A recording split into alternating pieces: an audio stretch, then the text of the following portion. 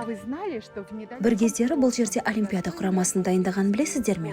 Қонақ үй, фин моншасы, медицина орталығы мұның бәріне үшін салынды. Өйткені мұнда 2017 жылы тау шаңғысы спортынан бүкіл әлемдік қысқы универсиада өтті.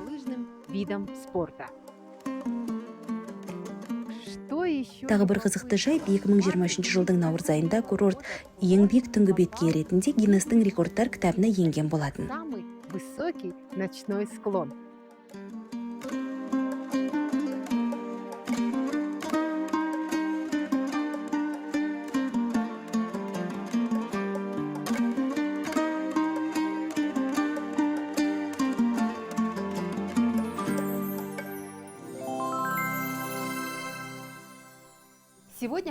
Бүгін біз қуырылған шек-қарын мен төңкерме тағамын пісіреміз. Сондай-ақ мен сіздерге бір керемет шайды дайындауды көрсетемін. Бұл шай киік оты деп аталады. Қуырылған шек-қарын тағамы қойдың шегінен дайындалады. Қойдың шегі өте пайдалы, әрі дәруменге толы, құнарлы. Бұл тағамды әр аймақта әртүрлі пісіреді. Мысалы, Қызылорда өңірінде шекке күріш қосады. Бүгін біз сол рецепт бойынша дайындаймыз. Мен шектерді алдын ала дайындап қойдым. Ішін тазалап, салқын сумен жақсылап жудым. Иісін кетіру үшін міндетті түрде шекті ашытылған сүтке салып қою керек.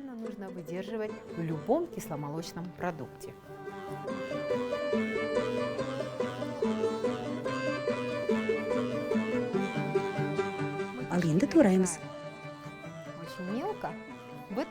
Бұл тағамның басты ерекшелігі туралған шек өте ұсақ болу керек.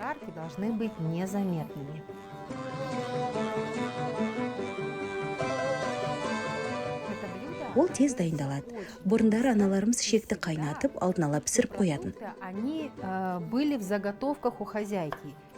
Оны кез келген уақытта турап қуыра салатын. Туралған шекті пиязбен бірге қуырамыз. Ерекше дәм мен хош иіс беру үшін дәмдеуіштер қосамыз. Тұз, бұрыш және жұпар гүл қосамыз. Различные приправы. Это соль, перец и немного орегано. Бұл тағамды дайындаудың бірнеше жолы бар. Шек-қарынды бұқтырып пісіруге де болады. Ал ең дәмдісі бұл ысталған шек-қарын. Оны түрлі әдістермен ыстаған. Біреулер алма ағашының, қанды ағаштың қабығымен ыстайды. Сондай-ақ қайыңмен де ыстайтындар бар.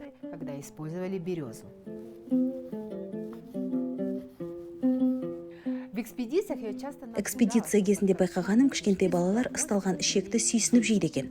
Бұл тағам тез қорытылады. Құрамында ферменттер көп болғандықтан ағзаға өте пайдалы.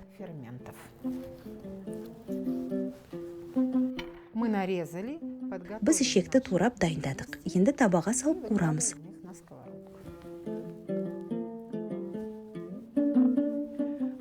Аздап тұз салып бұрыштаймыз.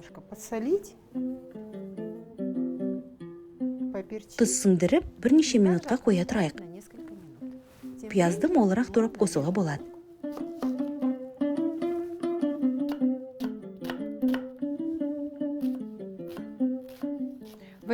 Сөлі шығып, тағамды ерекше дәмді етеді.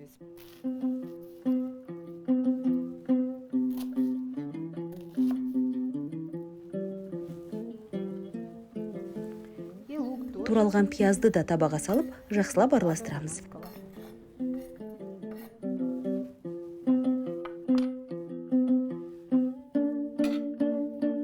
Тщательно перемешиваем и немного наше блюдо бірнеше минут маринадтап қоямыз. И промариноваться.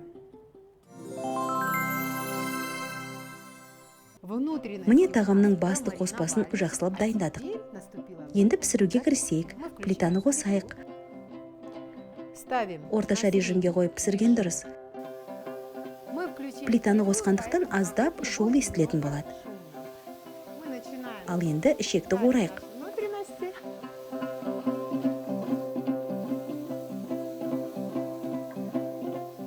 Байқаған боларсыздар, ешқандай да май қоспадық.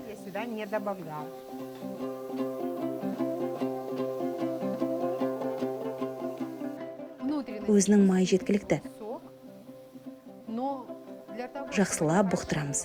Ол үшін аздап су құямыз. Добавим туда немного воды.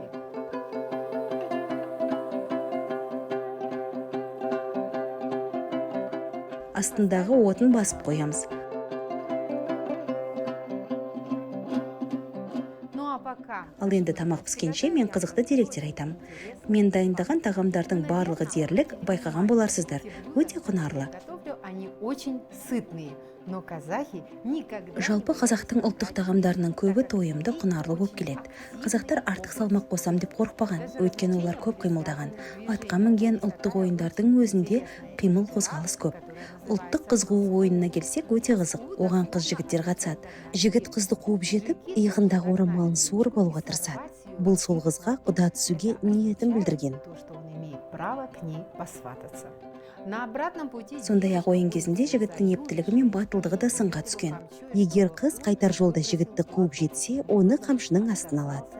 Осылайша жігітті сынап, өзіне жар болуға лайықты адамды таңдайтын болған. Бірақ қазір бұл жай ғана әдемі дәстүр. Но сейчас это просто красивая традиция. Внутренности готовят Негізі ішек қарын 15-20 минутта тез піседі. 20 минут. Міне біз дайындап жатқан тағамымыз да пісіп қалды. Хош иіс беру үшін шпаргүл қосып, тағы 5 минут пісіреміз. Буквально минут 5 еще потушим. Тем временем... Күрішті алдын ала қайнатып, дайындап қойған болатынмын. Рис.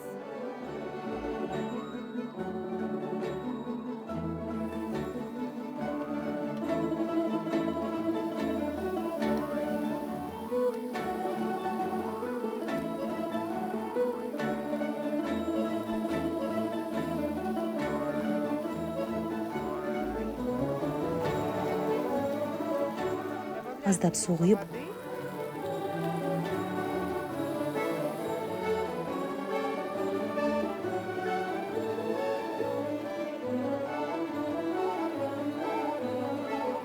И на медленном огне баяу отта 5-7 минуттай пісіреміз. наше блюдо готовится еще буквально 5-7 минут.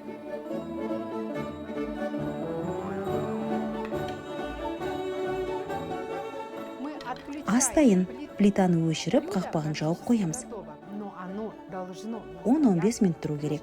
10-15 минут. Следующее блюдо, которое мы Енді приготовим, төңкерме деп аталатын десертті жасаймыз. Ол қуырылып ұнтақталған бидайдан дайындалады. перемолотой пшеницы. Также добавляем Сары май мен сливочное қант қосылады. масло и немного сахара по вкусу. Мы заранее Біз бидайды қуырып, ұнтақтап қойдық. и перемололи ее в муку.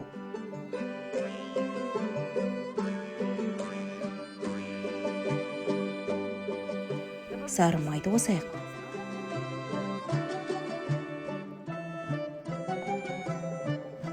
Сразу немного. Аздап қант саламыз.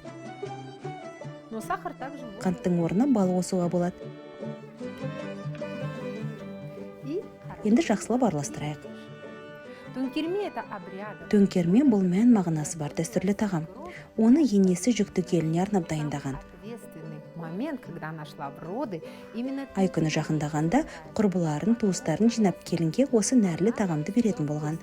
готовила это блюдо и угощала свою невестку.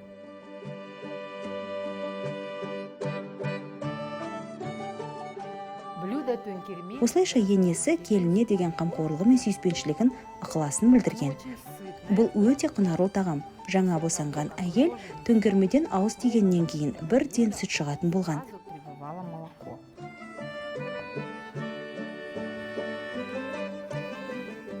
Можно добавить, Қоспаны біріктіру үшін аздап су қосу керек. чтобы собрать это блюдо.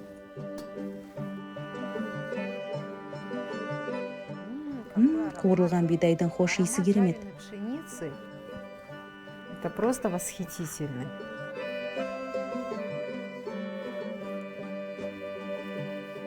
Хорошо. Жақсылап араластырып, қолмен осылай дөңгелектеп пішіндейміз. И формируем в форме круга.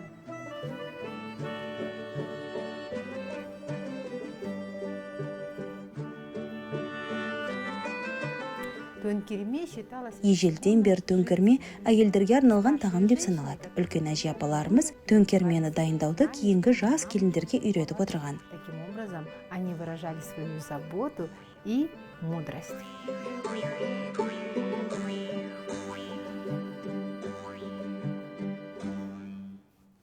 казахов существует много Қазақ халқында тек әйелдер жасайтын жөн жоралғылар көп. Мысалы, баланы бесікке бөлеу рәсіміне тек әйелдер ғана жиналған. Бесікке салу буквально переводится. Бесікке салу адам өміріндегі алғашқы той болғандықтан, оған ерекше дайындалатын болған. Обязательно всегда выбирали ту самую. Бойындағы жақсы қасиеттері балаға берілсін деген ниетпен, алғаш бесікке бөлеуді ел ішіне қадірлі, үлгілі ұрпақ өсірген әйелге тапсырған. Считалось, что самые добрые. Ол батасын беріп, жақсы тілегін айтып, бала жататын бесікті дайындаған. Давала бата и готовила колыбель для младенца. А вы знали, еще есть Бесікке салу кезінде жасалатын тағы бір қызық дәстүр бар. Бесікті зерленген әдемі ою-өрнек салып кестелеген шапанмен жауып қояды. Бұл бала бай дәулетті болсын дегенді білдіреді. Егер ұл болса, қайсар, батыл болып өссін деп, бесікке қамшы, ал қыз болса, дана, сұлу болсын деп шолпы байлаған. девочки вешали шелпы, как пожелание красоты и мудрости. Наши блюда готовы. Сонымен тағам пісті, енді тәтті шай дайындайын. Киік оты шайы өте пайдалы, хош иісті. И ароматный чай киготы.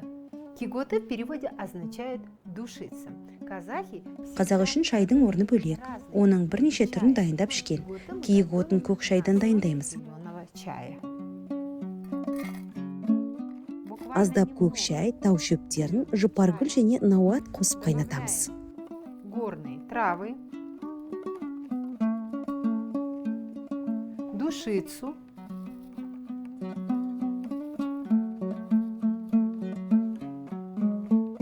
и нават. Завариваем. Иісі бұрқырап кетті ғой.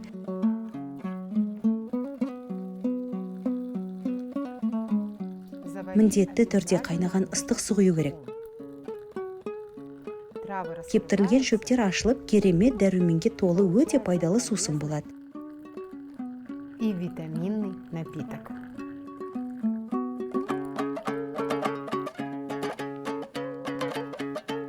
Нужно немного. Шайды бұқтырып қою керек. Пока наш чай полностью заварится. Казахи используют Қазақтар жұпаргүлді түрлі емдік тұнбалар дайындағанда қосқан. Ол жөтелге, нерв жүйесі және асқазан ауруларына көмектеседі. Міне киік оты шайы дайын. Не деген хош иіс, аңқып кетті, керемет. Осындай шайды сіздер де дайындап ішсеңіздер болады.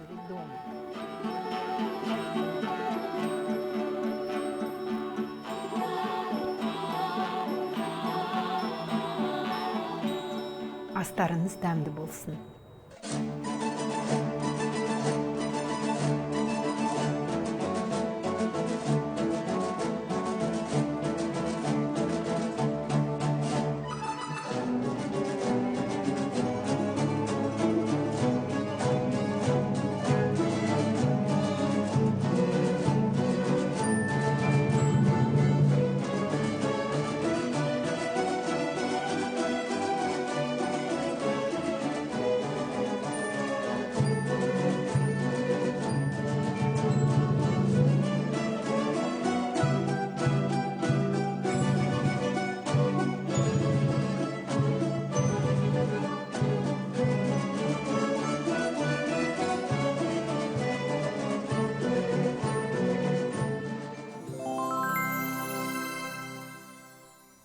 Осындай тойымды құнарлы астан соң таза ауада бой сергітіп, серуендегенге не жетсін.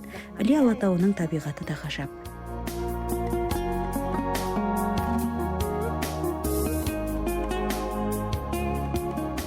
Сіздермен бірге болған Әйгерім Мұсағажинова. Эфирде келесі кездескенше.